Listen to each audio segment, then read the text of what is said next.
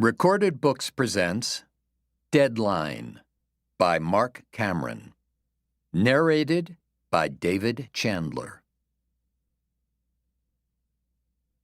For John V. Palmer, World War II British Army officer, fiercely proud Canadian, quiet example of service, and the best father-in-law this Texas boy could ever dream of. A man said to the universe, "Sir, I exist." "However," replied the universe, "the fact has not created in me a sense of obligation." Stephen Crane. Prologue. Florida, 1987. Few people on earth can hope like a 10-year-old boy. Arliss Cutter glanced up from his miserable attempt at building a campfire and nudged a lock of sweaty blonde hair out of his eyes with a bandaged knuckle. The tightly wound growl of an approaching outboard grew louder by the moment.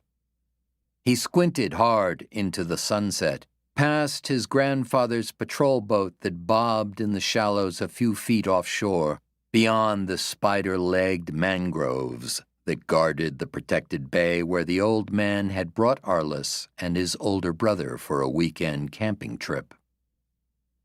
The boy willed the driver not to turn before coming just a little farther into the bay.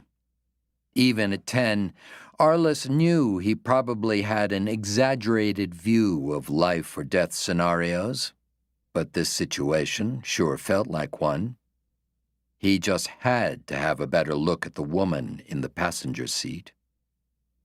4.5 feet of scarred knees and grubby elbows, Arliss wore a faded pair of cut-off jeans and a hand-me-down Marlin fishing t-shirt his older brother had outgrown before it went into the rag bin. The outboard motor growled louder. On the Gasparilla Sound, a low sun dazzled the rooster tail of spray behind the fiberglass runabout. It was the second time in 10 minutes the boat had come by. The woman in the passenger seat was blonde and wore a green swimsuit. Green. That couldn't be a coincidence. It was hard to get a good look at her face, silhouetted against the sunset like it was. Arliss came up on tiptoe and craned his neck, praying the extra few inches of reach might give him a better view. The runabout cut a wide arc, roaring in close. Peals of high-pitched laughter rolled in with the surf, fizzling against the sand. The boy's heart sank. Mama's laugh was low and husky. It wasn't her. Deflated, Arliss went back to his attempt at a fire, hoping against hope that nobody had seen his foolishness. His grandfather, a small giant of a man everyone called Grumpy, sat on a battered igloo ice chest just above the tide line and whittled on a piece of sea grape wood while he stared out to sea past his anchored Boston whaler. The old man stopped whittling for a second and touched the Colt python on his hip with the hand that held his Barlow pocketknife.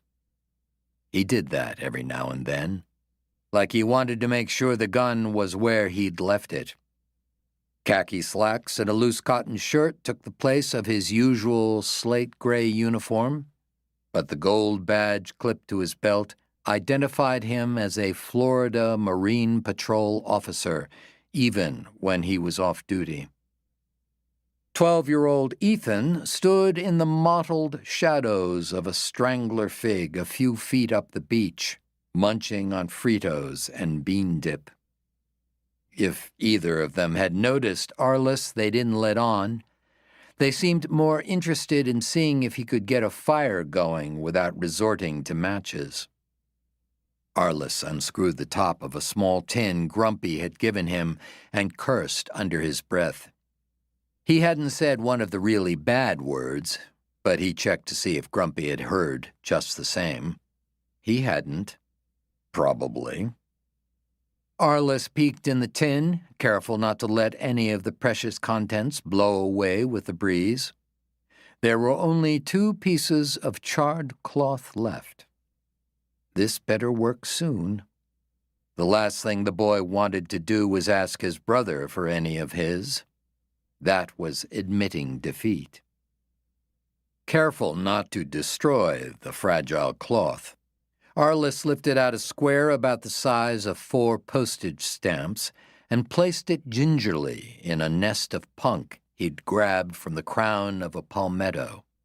Grumpy called it a cabbage palm.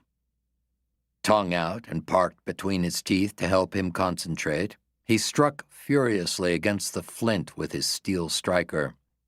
It was a point of contention between the brothers whether you should hit steel with flint or flint with steel.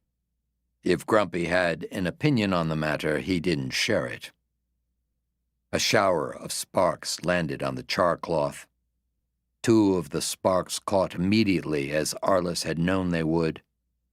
Burning up the charcloth wasn't the problem. Glowing orange lines pulsed in time with the boys' coaxing breaths, working outward from the initial sparks as they consumed the fragile tinder. The whole thing winked out in a matter of seconds with no effect on the nest of cabbage palm. It was gone in an instant, along with the boy's hope. Arliss pushed his hair out of his eyes again and chewed his bottom lip in frustration. He wanted to kick the whole mess of sticks into the ocean, and would have had Grumpy not been there. A stiff breeze blew in off the sound past a dark line of mangroves to rustle the big Walmart dome tent Grumpy had helped the boys set up on the beach. The wind cooled things off, so that was good. Trouble was, that same breeze came in on the tail of a heavy squall that had drenched every bit of bark and twig suitable for a fire. Ethan leaned in, whispering, but not nearly quiet enough. That wasn't her, you know. If she was going to come back, she would have done it by... To keep listening to this audiobook, I've left you a link in the description so you can do it, at no cost thanks to Audible's 30-day free trial.